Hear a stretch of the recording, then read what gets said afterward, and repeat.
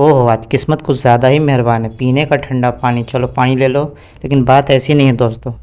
जब ट्रेन मेरी यहाँ पहुँची दिल्ली से बनारस 4:30 बजे, और मेरी अगली ट्रेन थी 5:25, वो लेट हो चुकी 7:30 बजे। तो मैं इत्मीनान हो गया कि अब कोई दिक्कत नहीं, ट्रेन छूटेगा नहीं, ये एक अच्छा काम हुआ।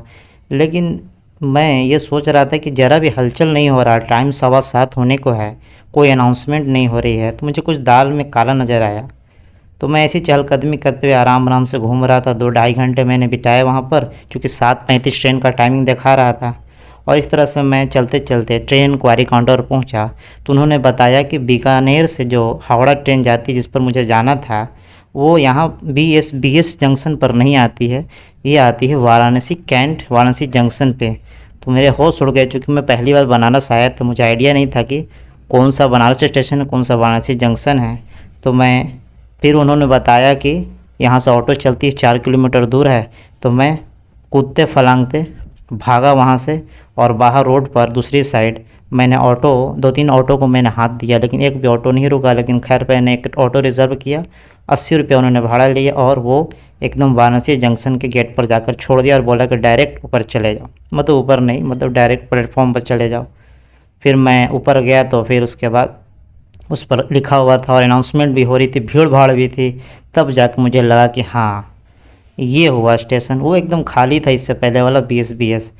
तो खैर 7:30 के करीब या 7:25 के करीब मैं वहाँ पहुँच गया, और ट्रेन आने में अभी टाइम थी। खैर इत्तेफाक ऐसा हुआ कि कहीं भी रास्ते में जाम वगैरह, ऑटो से जब मैं आ रहा था तो जाम वगैरह नहीं, तो मैं इत्मीनान से पहुँच गया। अभी भी ट्रेन आने में टाइम थी, 8 बजने को थे।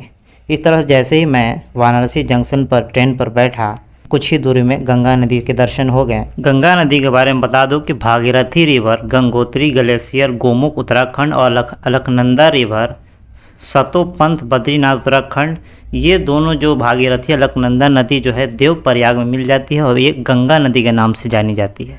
तो गंगा नदी यानी कि उत्तराखंड से निकलकर बंगाल के खाड़ी में गिरती है। और गंगा नदी की अगर लंबाई के बारे में बात किया जाए तो ये 2525 किलोमीटर अप्रॉक्स इसकी लंबाई है। और ये पश्चिम बंगाल में इंटर करते ही ये 2 भागों में बढ़ जाती है, एक हुगली रिवर के नाम से जानी जाती है, और एक आपको बांग्लादेश में पद्मा के नाम से जानी जाती है। तो इस तरह से काफ़ी इसका महत्व है गंगा नदी का। इसके किनारे कुछ कुछ बड़े शहर जैसे बनारस, पटना, हरिद्वार, कानपुर, ये सब बड़े शहर हैं। और गंगा नदी का डॉल्फिन भी काफ़ी फेमस है इंडिया में, बहुत बड़ी नदी है। और ये जब मैं ट्रेन पर बैठा वाराणसी से, तो मुझे ये जब गंगा नदी आया तो मैं इसको अपने कैमरे में कैप्चर करना ना भूला। और ये नाव आप देख सकते हैं, नाव किनारे खड़ी हुई है, लेकिन अभी पानी उतना है नहीं चूँकि बरसात नहीं है अभी। लेकिन खैर अगस्त का महीना आते, जुलाई लास्ट, चूँकि इस बार पानी थोड़ी देर से हो ही रही है। और मैं अगर एट ए टाइम जाकर इंक्वायरी सेंटर पर नहीं पूछता ट्रेन के बारे में, तो आज मेरी ट्रेन लगभग छूट ही चुकी थी। सो जिसकी जैसी आदत होती है वैसा ही सिचुएशन किस्मत उसे ले आती है लास्ट में। यानी कि मुझे जो भागते दौड़ते पहुंचने की आदत है, बस वही हुआ, इस बार भी भागते दौड़ते पहुंचना पड़ा। तो मिलते हैं एक और ब्लॉग में। मेरे चैनल वीडियो लाइक सब्सक्राइब करना। पर आ जाते हैं दुकानें।